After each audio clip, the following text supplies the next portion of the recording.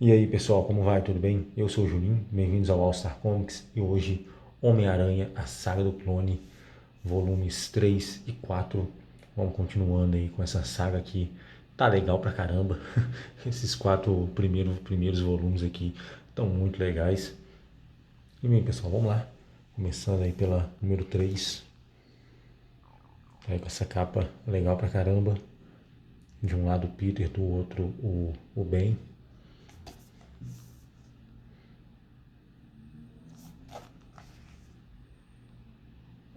E aqui o Peter enfrentando o Puma. Edição de 160 páginas ao preço de R$ 44,90. A saga do Homem-Aranha ela tem um preço de capa maior do que das sagas do Batman e do Superman, por exemplo. Mas ela sempre tem vindo com mais páginas. Né? O volume 4, inclusive, tem 192 páginas. Mas vai ter volumes que vão ter menos páginas e vai se manter exatamente esse mesmo valor. Então a Panini, eu acho ela meio que tabelou ali, né? E manteve esse valor de R$ 44,90 tanto para as edições que vão ter mais páginas quanto para as que vão ter menos, por exemplo, né? Então, vamos lá. Aqui está o editorial do Levi Trindade, pessoal. Levi Trindade, que é o editor aqui da Saga do Clone. E aqui o sumário.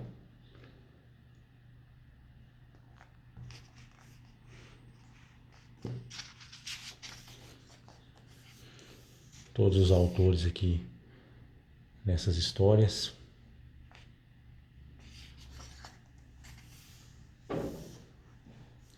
E pessoal, começa aqui com o Aranha Escarlate, né, o Ben Reilly tomando as suas decisões ali, né, de ficar por Manhattan mesmo, não decidir ir embora, ficar por ali mesmo, né, que vai levar algumas histórias bem legais, né, ele ainda meio que fora de forma ainda, meio que pegando o jeito ali de agir como Homem-Aranha, né.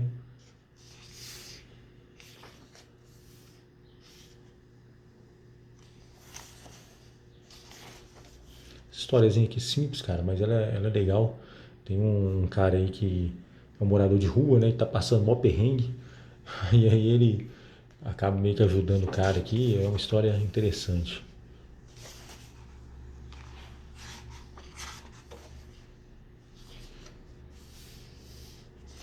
E aqui, pessoal, já começa a história do Peter, né? É a mesma edição, mas essa história aqui já começa com o Ben Reilly, metade dela, e a outra metade acaba sendo do Peter.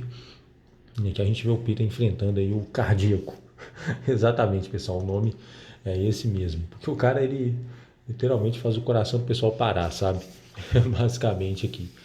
E é uma história interessante porque ele é meio que um vingador de certa forma ali, né? Só que ele acaba, né, sofrendo aí uma trapaça pelo destino, né? Porque ele também é um médico, né? Na vida particular dele ali, ele é um médico. E acaba que um dos caras que ele tá querendo matar de tudo quanto é jeito aparece para ele cuidar, né? E ele fica meio que nessa sinuca de bico aí, sem saber meio que o que fazer, né? Se ele salva o cara ou se ele deixa o cara morrer, né? E ainda tem essa história curta aqui, meio que de um passado, acho que talvez até recente aí, do Peter e da Mary Jane. Historiazinha curtinha, mas ela é bem legal. E aqui começa o retorno do abismo, se eu não me engano. A volta do abismo, exatamente. Em que o Peter vai acabar encontrando o Puma e a Nocturna.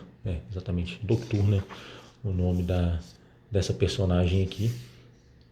E acaba sendo uma história legal pra caramba, porque o Peter ainda tá meio que naquela de ficar 100% como Homem-Aranha daqui pra frente, mas a Nocturna vai acabar ajudando ele a ver as coisas de um modo diferente, né?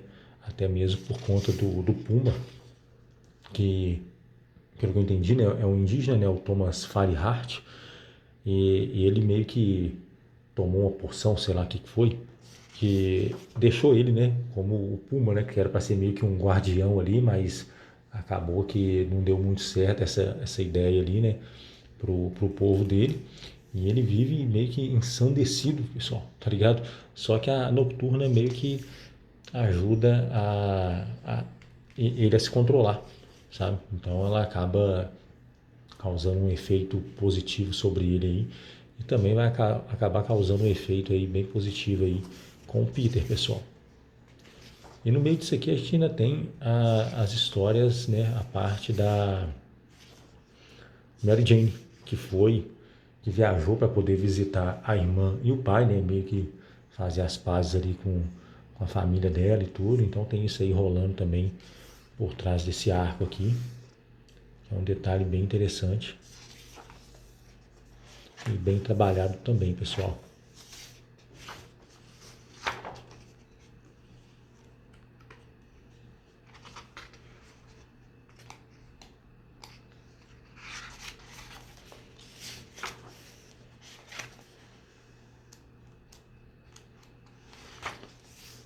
O pessoal deve ter visto aparecendo num quadro ali, mas a partir daqui da terceira parte dessa história, a gente já vê a participação do Demolidor aí no uniforme preto e vermelho, pessoal, que, cara, era um visual diferenciado, né, cara, era legal o visual aqui.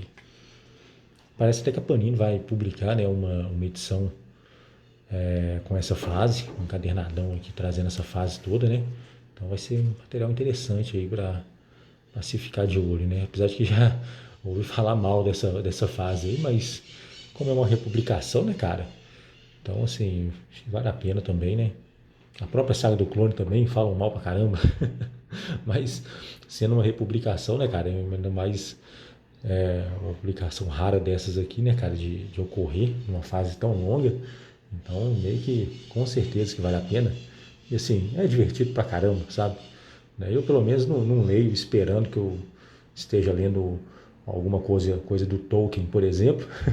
Claro que não, né? Mas tô lendo e tô me divertindo, cara. Tava esperando me divertir e tá divertido. Então tá valendo. Então tem essa participação do Demolidor aqui, enfrentando o Coruja e o Abutre, pessoal. Esse aqui é o Abutre, tá?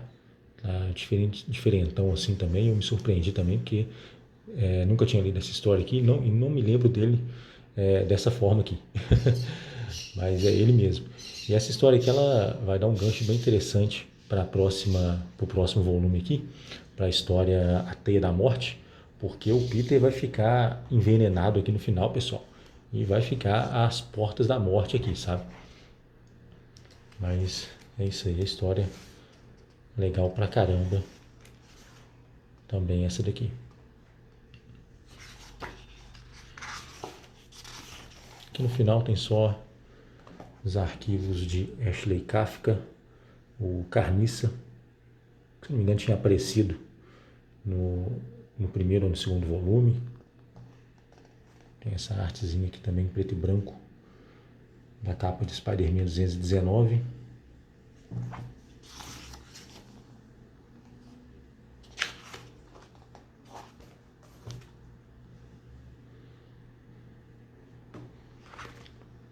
E aqui o volume 4. Esse volume aqui já é um tijolinho, pessoal. 192 páginas, mas, cara, que volume legal, cara.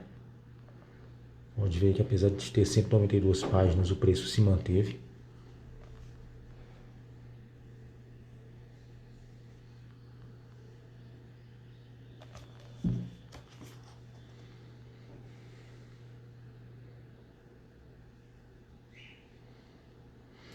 O legal, pessoal, é que o Web of Spider-Man e Spider-Man ficaram com o Ben Reilly e Amazing Spider-Man e Spectacular Spider-Man, né? Ficaram com o Peter, pessoal.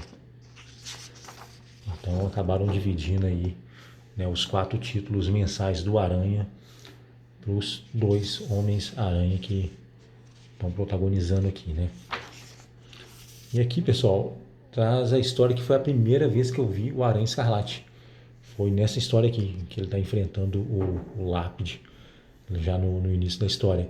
Foi publicada pela Abril, acho que a Teia do Aranha 91, ou Homem-Aranha 91, pessoal, alguma coisa assim, não lembro qual das edições que era, mas o número eu acho que era esse mesmo. E trazia as duas primeiras partes dessa história aqui, que é a Teia da Vida, e acho que a primeira parte da história A Teia da Morte. Eu não li a continuação dessas histórias na época, então grande parte dessa edição aqui é inédito para mim, que também foi um ponto bem legal. Aqui a gente vai ver o Aranha Escarlate meio que encontrando seu caminho aqui ainda, o jeito de fazer as coisas, mas aí vai aparecer o Caçador Sombrio, pessoal, Caçador Sinistro, que é filho do Kraven, pessoal. Então assim, cara, achei legal pra caramba esse personagem, eu já achava ele lá na época legal pra caramba, né, quando eu tinha visto ele a primeira vez. E assim, continuo achando ele legal pra caramba, sabe? E ele tá querendo matar o Homem-Aranha, né? Obviamente é o Peter. Só que aí ele acaba pegando o rastro do Aranha Escarlate, né? Sem saber que, né, um é clone do outro, né? Então, obviamente, acabou meio que sendo por isso aí que ele pegou o rastro do, do Aranha Escarlate, né? Pelo cheiro, né? Então, ele acaba iniciando essa caçada aí com o Aranha Escarlate, até que ele vai perceber que não se trata do mesmo cara, realmente, e vai começar a caçar o Peter. E o Aranha Escarlate vai começar a ir atrás, né, tentando salvar o Peter nessa história aí. Pode ver que nessa história aqui, já relata aí que o Peter está meio que às portas da morte ali, né, cara? É justamente por conta do final da história lá com o Abutre e o Coruja. E nessa edição aqui, a partir dessa edição, o Kane já começa a aparecer bastante, pessoal. E esse cara é sanguinário, velho. Esse cara é um baita de um assassino, viu? Ele tá meio que o tempo todo espreitando ali. E ele acaba tendo uma visão da Mary Jane morta, né? Possivelmente assassinada. E por conta disso ele acaba se envolvendo nessa treta aí, nessa confusão entre o Aranha Escarlate e o Caçador Sinistro, né? Porque ele não sabe quem vai matar ela, né? Então ele acaba se envolvendo nisso aí, então acaba que tem esse baita desse confronto aí entre o Caçador Sinistro, o Kane e o Aranha Escarlate no meio disso tudo.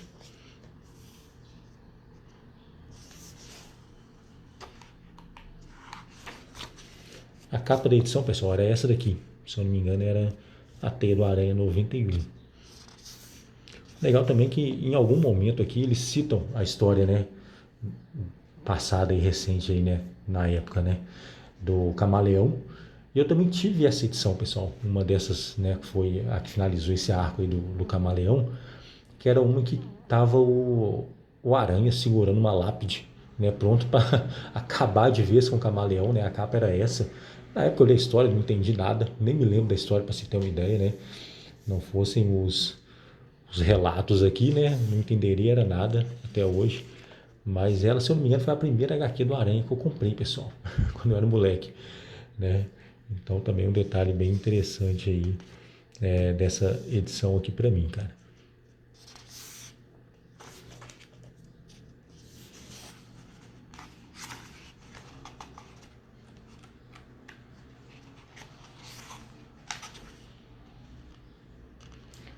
Nessa edição aqui também o Cell Art Trainer já começa não, né? Já faz a sua aparição. É um detalhe interessante aqui, né? É que deixa entender que o Aranha Escarlate e o Kane já haviam se confrontado antes, né? Então acho que tem alguns mistérios aí para se revelarem ainda. E vai ser um detalhe bem interessante ainda, viu, cara? Tem esse detetive aqui que veio de Utah, seguindo o rastro do Kane.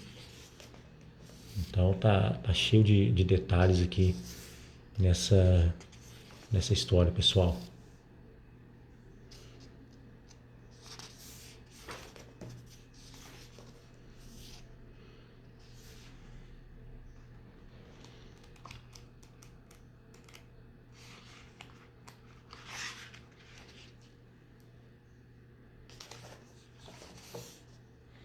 Aqui tá a capa da parte 4. E aqui, pessoal, começa a Teia da Morte. Estou colocando aqui meio de lado para não mostrar a última página aqui da história A Teia da Vida, porque ela tem um final ali bem trágico ali, então tem que guardar segredo, né?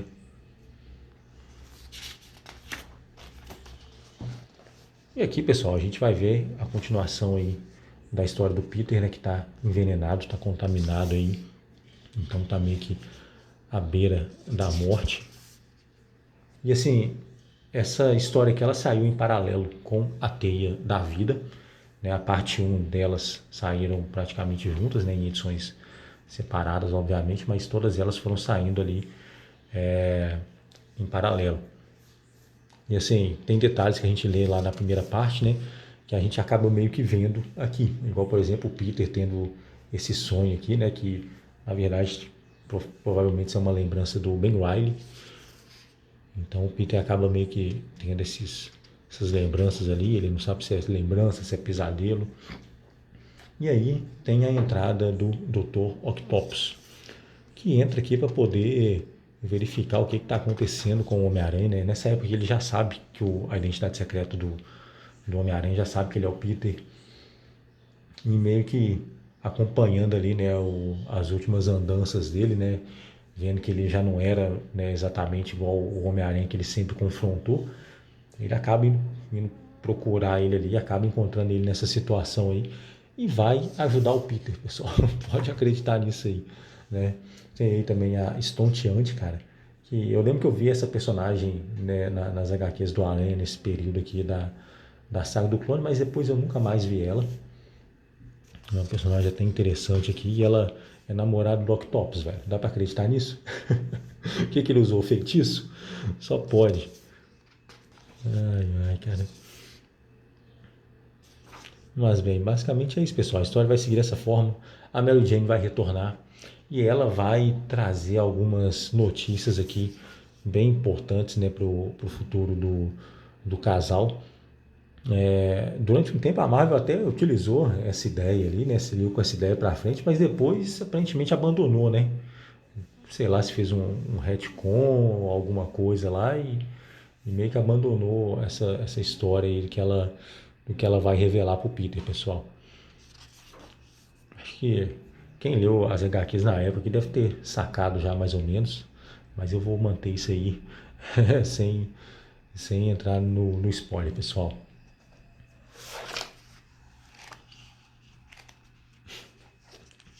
Quem tem um olho rápido aí conseguiu ver, que eu não sei como, mas foi parar justamente lá a página.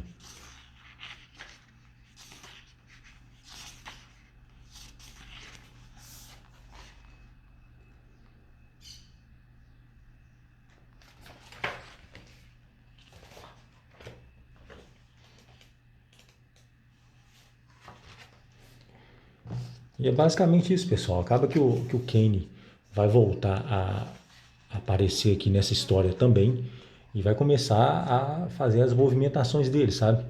E a gente fica meio que tipo assim, cara, qual que é a jogada desse cara, afinal de contas, né? Por que que ele tá entrando nas histórias dessa forma? O que que ele tá realmente buscando no final das contas, sabe? Mas é bem interessante aqui as ações dele nessa história aqui também, pessoal.